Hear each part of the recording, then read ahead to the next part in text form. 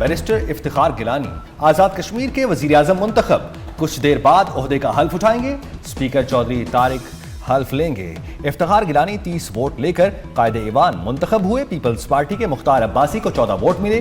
شاہ غلام قادر اجلاس سے غیر حاضر، راجہ فاروق حیدر کو گیلانی خود گھر سے لائے۔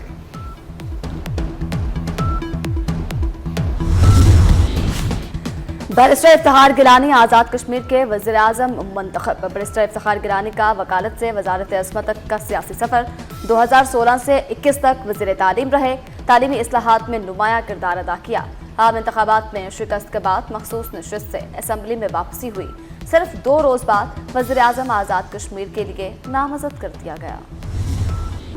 سانحہ پمز مصطفیٰ کمال نے خود کو احتساب کے لیے پیش کر دیا۔ وفاقی وزیر صحت سینٹ اجلاس میں پھٹ پڑے، کہا موجودہ نظام گل سڑ چکا۔ پاکستان میں روزانہ 1300 سے زائد بچے مر رہے ہیں، سالانہ 11,000 سے زائد خواتین دوران زچگی جاں بحق ہوتی ہیں۔ مصطفیٰ کمال کا ذمہ داروں کو سزا دینے کا اعلان۔ وزارتوں کے لیے اپنی قبروں کو خراب نہیں کریں گے، کوئی کتنا ہی بڑا ترم خان ہو نہیں بچے گا۔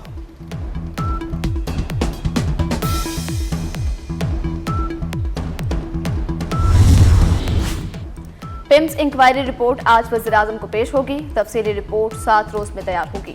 وزیر قانون اعظم نذیر تارڑ کا قومی اسمبلی میں اظہار خیال، کہا رپورٹ کے بعد ذمہ داروں کے خلاف ضروری کارروائی ہوگی۔ سانحہ پمز پر سیاست نہیں، ٹھوس حل دینا ہوگا۔ ریسکیو ٹیم راستے کی رکاوٹوں میں پھنس گئی۔ پمز اسپتال میں آگ بجھانے کے مناسب آلات نہیں تھے، تالے بھی لگے تھے۔ دیواریں توڑ کر ریسکیو ٹیم نرسری میں داخل ہوئی۔ اسپتال عملہ ہنگامی صورتحال سے نمٹنے کے لیے غیر تربیت یافتہ نکلا۔ انکوائری کمیٹی نے فائر بریگیڈ کی ٹائم لائن بھی جانچ لی۔ کمیٹی 5 روز میں تفصیلی رپورٹ دے گی۔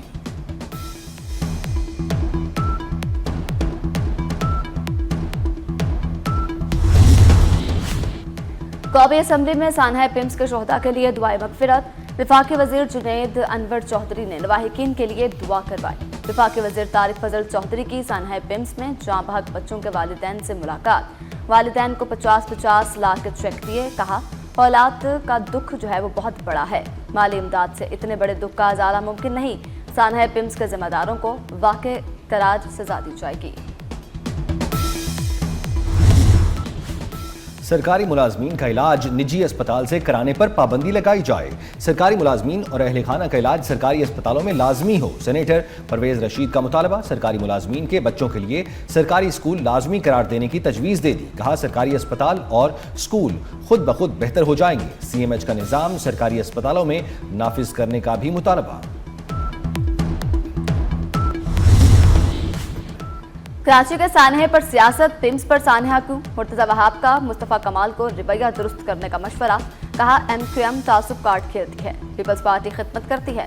یہ بھی کہا وزیر اعظم نے ابھی تک ایگزیکٹو ڈائریکٹر پمز کے خلاف کارروائی نہیں کی، لگتا ہے ای ڈی پمز حکومت سے بھی زیادہ طاقتور ہے۔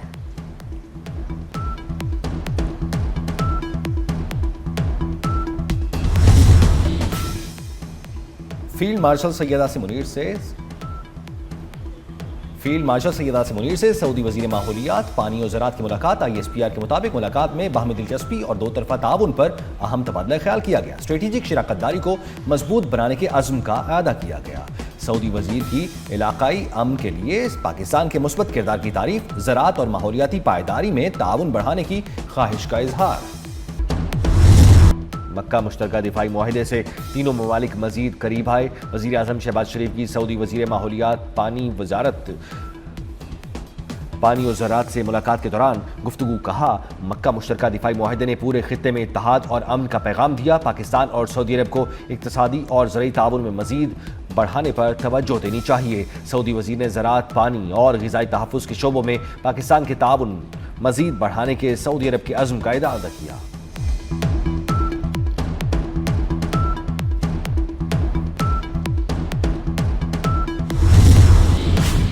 نوجوانوں کو حقائق پر مبنی تجزیاتی صلاحیتوں کے استعمال پر توجہ دینی چاہیے۔ فیلڈ مارشل سیدہ سے منیر کی ہارورڈ بزنس اسکول کے طلبہ کے وفد سے ملاقات میں گفتگو۔ فیلڈ مارشل نے نوجوانوں میں تعلیم، ہنر کی ترقی اور کاروباری صلاحیت کی اہمیت اجاگر کی۔ آئی ایس پی آر کے مطابق فیلڈ مارشل نے بڑھتی ہوئی غیر یقینی دنیا میں نوجوانوں کے بامانی کردار کی اہمیت اجاگر کی۔ ہارورڈ بزنس اسکول کے طلبہ نے پاکستان کے دورے کے دوران اپنے شاندار تجربات کا اظہار کیا۔